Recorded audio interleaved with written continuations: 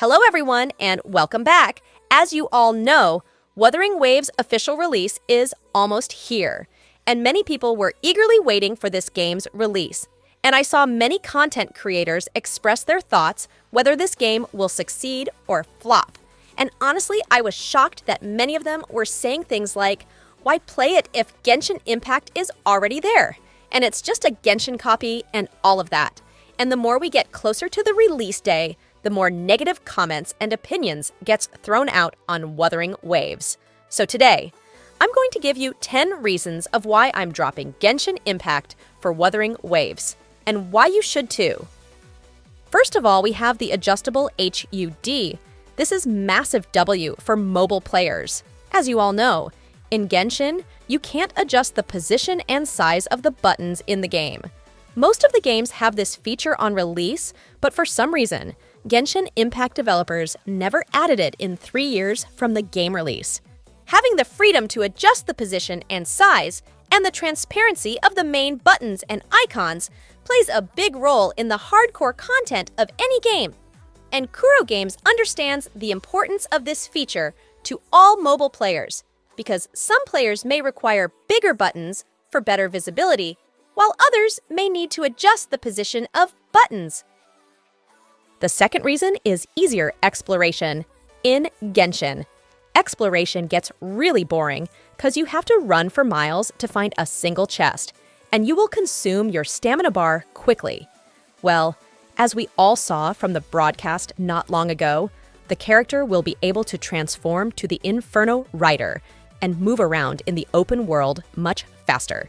Let me add to that, when you're running around, it won't consume any stamina. It will only consume when you simply dash. You may say, we have Yelan and Sayu, so there is no problem in Genshin there. Let me tell you that I have been playing Genshin for almost a year, and I don't have a single copy of Sayu or Yelan. The third reason is running up walls. In Genshin, the climbing is very annoying and slow, and the stamina bar runs out before you could reach the top most of the times. Thankfully, in Wuthering Waves, you can run up walls. It still consumes stamina, but at least it will take like 5 seconds or so to reach the top of a cliff. Another thing I hate about climbing in Genshin is when your stamina runs out before reaching the top, you will fall and die. But in Wuthering Waves, if you run out of stamina, you will slide down. The fourth reason is the skip button. As you all know, in Genshin, you can't skip dialogues, which is so bad. There is so much talking in the game, which get really frustrating where you wish you can skip all of it. Well, Wuthering Waves allows you to skip the dialogues. And speaking about dialogue, one of the reasons Genshin Impact gets criticized so much for is because the MC doesn't talk. Well, in Wuthering Waves, I can confirm that the MC does have voice lines. So rather than listening to an annoying flying partner, you can simply enjoy the voice of your own character. The fifth reason is the weapon banner isn't a scam. It's not a secret that the weapon banner in Genshin is not F2P friendly, nor for low spenders. Just ask him. You need 270 wishes Jut to guarantee the weapon you want, unless you get lucky on the 50-50 and win it early. And even if you do, you will quickly realize that the weapon you won doesn't even worth the cost of it, because the F2P weapons are not that far behind from the 5-star weapons. Well, in Wuthering Waves, the weapon banner is 100% guaranteed to get the 5-star weapon at 80 pity. There is some talk about soft pity that starts at 70, but we wouldn't know until we play the game. So even if you're free to play, you can get enough in-game currency to get the character you want, and you will have the chance to be able to get for their weapon. The sixth reason is the 4 stars are actually really good.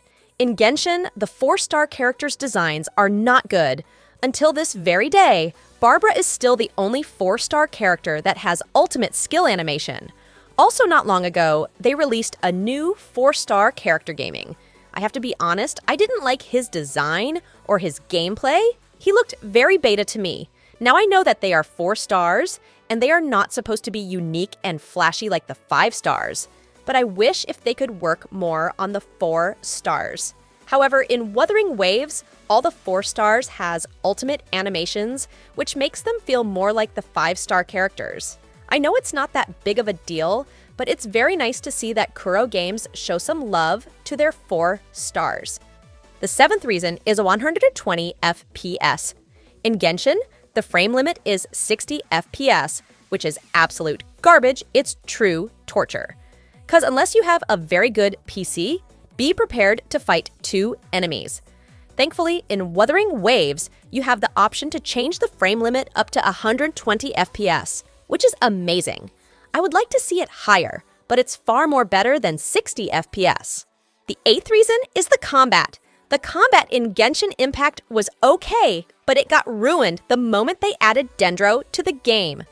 The game was already easy enough without it, because it takes 3 years for an enemy to strike you. You can clear all the content with just using the 4-star characters easily. And after they added Dendro, you can basically defeat any enemy in just 2 seconds. But on the other hand, Wuthering Waves' combat system. There is no secret that the combat system takes Kuro Games' biggest priority. You can tell if you played their previous game, Punishing Grey Raven. In Wuthering Waves, when you swap to another character, you will do a coordinated attack with the character you swapped into. When you do a perfect dodge, it actually slows time, which is really cool.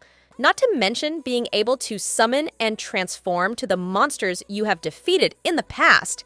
It's absolutely mind-blowing, and you have to actually pay attention to enemy movements and learn their attack patterns to be able to defeat them. So it's not just spamming random things like Genshin. And the 10th reason is the endgame content. And this is the biggest one I'm excited for. As you all know, Genshin never had an endgame content. We will be getting some sort of endgame in 4.7 update, and it's related somehow to the Spiral Abyss. But I won't get my hopes up, because that's not enough, and it will never be. But in Wuthering Waves, they actually have 3 different endgame content on release, and we will be seeing more in the future. Now, I didn't get to experience the endgame content, but from what we have seen, I won't get disappointed, and neither will you. And these are the 10 reasons why I'm dropping Genshin Impact for Wuthering Waves. Let me know in the comments what you think, and subscribe to the channel to see more of Wuthering Waves.